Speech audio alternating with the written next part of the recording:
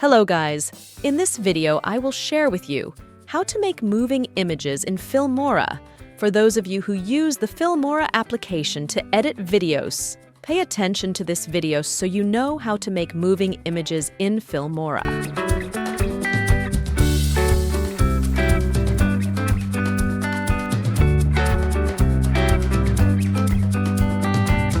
The next step, enter the image that you have prepared.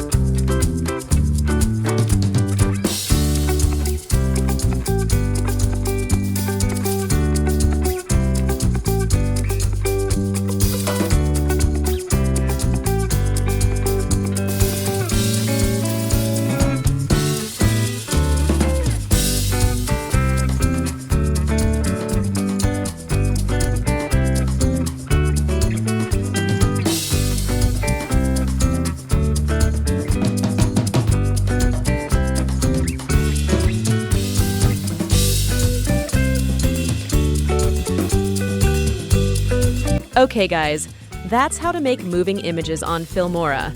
I hope you like this video. Don't forget to click subscribe and press the bell button so you get notifications of the latest videos from this channel.